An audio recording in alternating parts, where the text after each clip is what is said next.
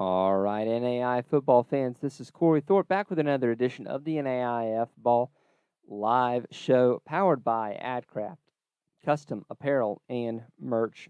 Your experts in the apparel, merch, and uniform landscape since 1974. They are the best in the business.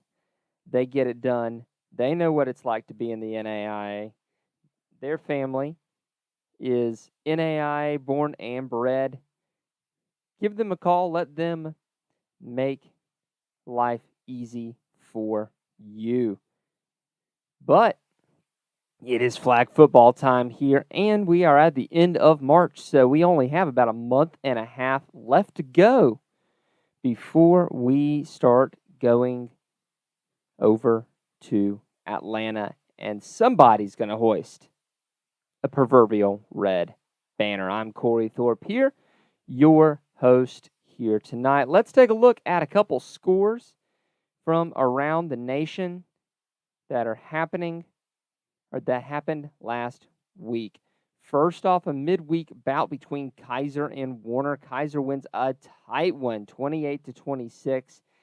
Absolutely great game here between two teams that are neck and neck really in the Sun Conference. Jasmine Roden, a very efficient day. 3 total touchdowns, 22 of 37. Kennedy Foster, 103 yards on 9 receptions. But the biggest thing for Kaiser is 3 of 3 in the red zone. Remember, flag football field is 80 yards. So that's a full quarter of your field that you have to get in 4 plays. So that's how you win ball games right there, being efficient in the red zone. On the other side of it, Warner didn't play a bad game. Madison Tingen was 35 of 50 for 384 yards and 3 touchdowns. 2 of those touchdowns go to Cynthia Holmes. She is an absolute beast again this week. But Warner just couldn't stay on the field. 4 of 12 on 3rd and 4th down conversions. As opposed to Kaiser's 3 of 3 in the red zone, Warner was only 3 of 5. And that inability to punch it in, well, that dooms the Warner Royal squad. But we have more. Thomas takes Weber behind the woodshed with a 33-6 victory. Thomas starts slow. Alexa Wilson throws 2 picks, but comes back with 4 touchdowns to lead the Nighthawks over the Warriors. And look at this. Sam Wilson's been so good on the ground and through the air this year. Thomas doing a great job defensively, limiting her to 141 yards on 33 throws. For those that are at home, that is going to be less than 5 yards per attempt, which is not great in the men's game. And that's definitely not great in the women's game. And the defense comes up strong. 5 attempts, 22 yards on the ground for Weber International. Also, you see Kayla Burrows there, who has been making mockeries of defenses around the Sun Conference. Held to 4 receptions for 48 yards. Big deal there. Thomas has a couple of good receiving days from Nakara Brown and Aaliyah Woods there for the Nighthawks in that game. But wait, there's more from Thomas as they take down Warner 35-0, forcing Madison Tingen into 4 interceptions on 32 throws, only a $139 through the air, 3.24 yards per play. Janae Scott comes up with 2 picks along with 2 pulls. Kiana Acole, the workhorse running back for Thomas, just downright deadly in space. 2 attempts for 5 yards on the rushing side, but 14 receptions on 14 targets for 74 yards there, keeping drives alive and extending Thomas drives. Alexa Wilson, downright nasty in this game. 27 of 29, doesn't quite break the 200-yard barrier, but when you're catching 4 interceptions, by Jove, you don't need to have a lot of yards because those are short fields. Alexa Wilson does throw 4 touchdowns on the day. And then the game from Saturday that might just end up changing some of the landscape in the NAIA here. Ottawa 35-12 win, but don't let that 23 points fool you. This was a tight ball game through 3.5 quarters here. Ottawa could not pull away from Midland. Midland's offense did very well, 5.36 yards a play. That'll be good enough to keep it going. Michaela Nunez, very good on the day, 25 of 32 for 221, 2 touchdowns and a pick. It was just that Ottawa was just too much. Madison Carrera, 26 of 37 for 288, 3 touchdowns and a pick. Alyssa Linkus, 7 receptions for 84 yards. The center slash running back slash wide receiver slash. She does everything Alyssa Linkus does. And a really good game for Madeline Scalisi, catches a touchdown pass for Mando. Addison Orsborn, just a phenomenal game, 7 pulls, 3 sacks, keeping Midland behind the chains all day. That's what won Ottawa the game there, was keeping Midland in difficult downs and distance scenarios. And Ottawa survives. As much as a 23-point win is survival. Like I said, a couple of late touchdowns there, really sealing it for Ottawa. So, I teased it earlier. We've got some shifting around in the top 4. Whatever could it be? Well, let's take a look. It's the top 2.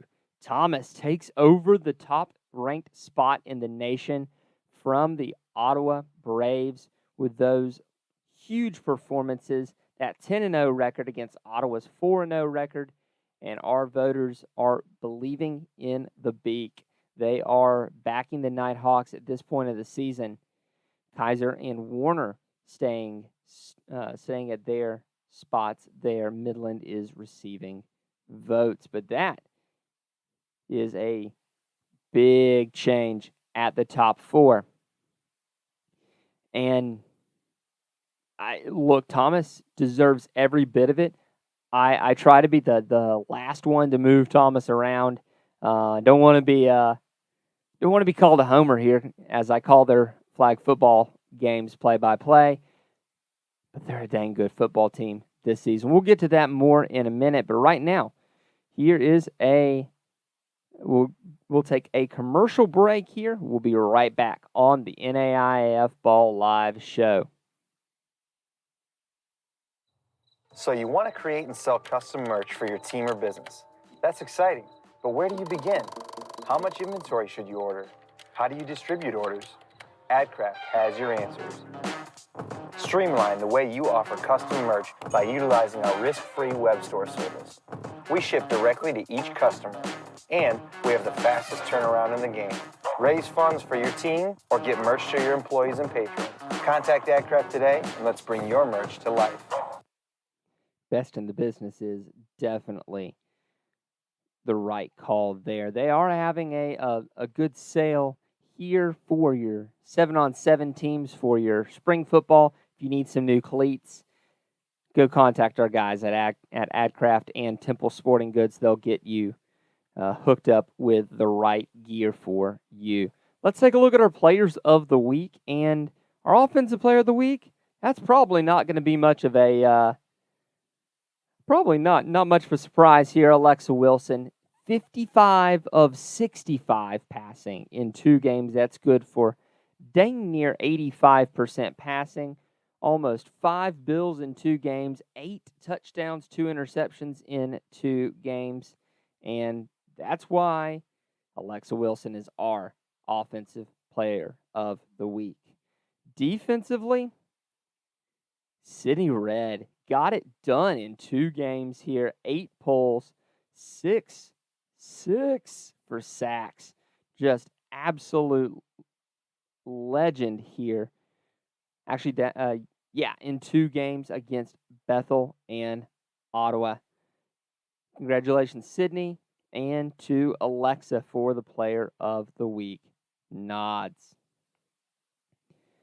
So let's talk about what's coming up and a little bit of some of the storylines that we're following here.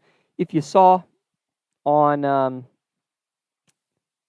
Saturday and Sunday, just kind of putting together some of the thoughts about this flag football season. Thomas and Ottawa right now are far and away the best two teams. There's a gap here between Thomas and Ottawa and the rest of the nation. Both of them have top 3 defenses and top 3 offenses. It's right now they're neck and neck. And as a guy who is calling for Thomas and tries not on this program to let the homerism show through, but just looking at it, Ottawa scares me.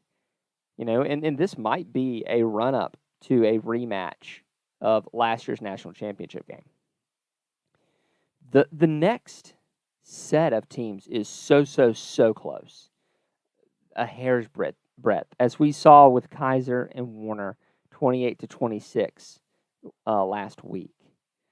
But the difference between Kaiser, Warner, Weber, Kansas Wesleyan, Midland is a hair's breadth. Any one of those teams could beat each other at any given day. That's the way it goes this year. And additionally, if Thomas or Ottawa has a bad day and one of those 5 is playing lights out, they could certainly come in and beat either Kaiser or either Thomas or Ottawa. The rest of the teams, there's a gulf there between them and the rest. If you look at the standings, this becomes very, very apparent, especially if you look at it all as a whole. Thomas at 10-0, Ottawa at 4-0, Midland at 7-2, Warner at 7-2, Kansas Wesleyan at 6-2, Kaiser at 3-1, Weber at 6-3. There's those first 7. Here's the last 7. St. Thomas at 3-3, Cotty at 3-6. Reinhardt at 3-5, Cotty at 3-6. Campbellsville at 2-9, Florida Memorial at 1-5, St. Mary at 0-2, Bethel at 0-3. There's a large gap there. St. Thomas was cracking our top 4 regularly the first season. I'm fairly certain they ended the season in the top 4, and last year they were regularly in the top 4 at number 4. Don't know what's happening this year. There's something off this year that they're not. They've always had some offensive issues, but I thought they had worked some of those out with Julianne Yolkowski. But this year, Yolkowski has unfortunately not been herself, and they've had to turn back to first year's starter Holly Neer to step in, and she won Sun Conference Player of the Week this week with 4 touchdowns and 400 yards. And great on Holly for getting that. But there's the difference in your 2 quarterbacks. Holly Neer, 4 touchdowns, 400 yards on 66, I believe, % passing. And you see Alexa Wilson. And let me backtrack. St. Thomas's games were against Florida Memorial and I believe Fort Lauderdale.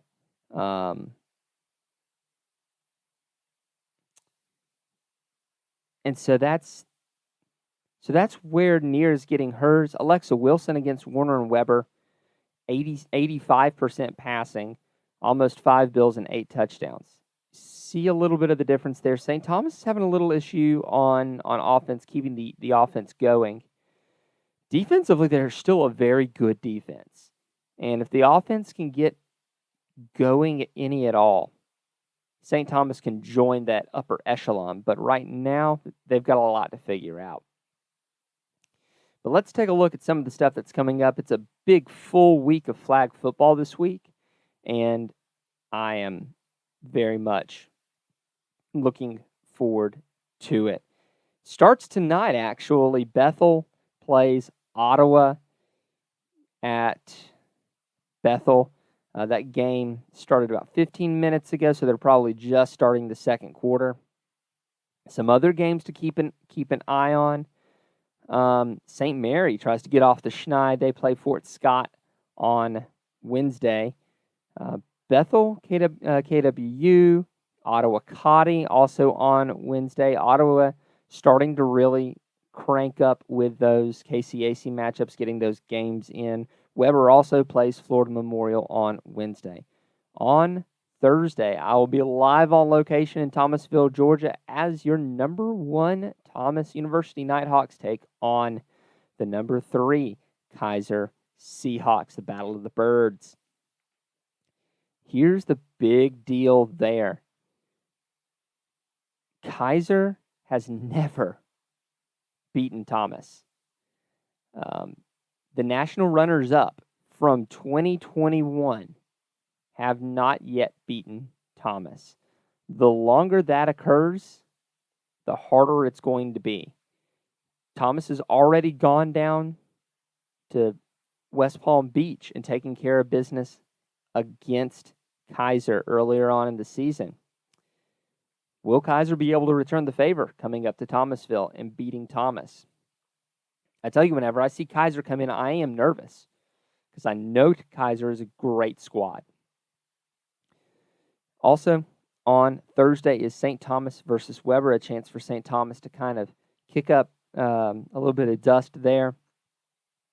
On Friday, Florida Memorial plays Reinhardt. That's going to be a really interesting game. Florida Memorial is a good squad, and I really do think that they could definitely beat Reinhardt.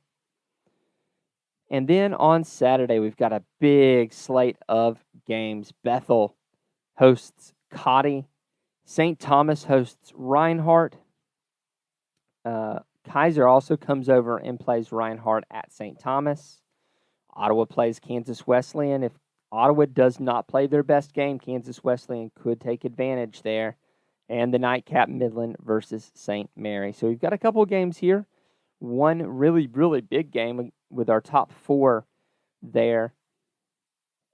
And I can't wait to see what we've got coming up here as we get closer and closer to being back at the Mercedes-Benz Dome in Atlanta, Georgia, crowning a champ. If you have any comments, drop them in the chat. I'll be watching that, see if we can answer some of your questions here. But let's run through my favorite part, talking about our patrons, the guys who keep us going day to day, the GOATs of our channel. That's going to be DSU Cone, Kyle Gregory, Darren, Tyler Pierce, Bob Boone, Justin Hoffman, Roger Meyer, Steve Speakman, Jeremy Vobble, Brian Shake, Shirley Labella, Julianne Shager, Fred Christensen, Nate Soapbeer, Alex Garcia, Stephen Cutler, Jerry Quickle, Julie Lout, Ace Wellen, Tim Burrow, Marty Seabolt, Dale Norton, Justin Cobb, Nathan Moore, Nick Ryan, and Hayden Ferrigno. Thanks so much to those guys. Y'all make all this possible, and y'all make this so much fun. So let's take a look and see if there's anything on YouTube here that we can answer. It's going to get interesting here. We've got about a month left, about a couple weeks until we start seeing some clinch scenarios. If Thomas wins against Kaiser on Thursday, you're looking at 2 more games there that Thomas needs to clinch the division there. Ottawa needs will need a couple games here. They've really yet to get into the meat of their KCAC schedule, so I really haven't looked there. And Reinhardt has really taken an early 2.5 game lead over Campbellsville. Campbellsville's 0-3 in conference, in the independent conference. Reinhardt is 2-0. If you're curious about how that happens, Campbellsville played Milligan before Milligan folded for the year, giving them an extra loss. And so that is going to be a 2.5 game lead there for Reinhardt. So can't wait to see you. If you want some more, if you want to watch, catch me on the Sun Digital Network at 4 p.m. Eastern on Thursday, and listen in as I call the game between Thomas and Kaiser. Going to be an absolutely phenomenal game. Should be great weather for flag football. Looking at probably 80s in Thomasville for Thursday. Let's take a look and see. Yeah, going to be mid-70s on Thursday. Bright and sunshiny. Looks like we're talking about, low to mid-70s at game time. Perfect flag football weather. So join me there Thursday at 4 as we call that game. But thank you so much for joining me tonight on the NAIAF Ball Live Show, powered by AdCraft. And we bid you good night.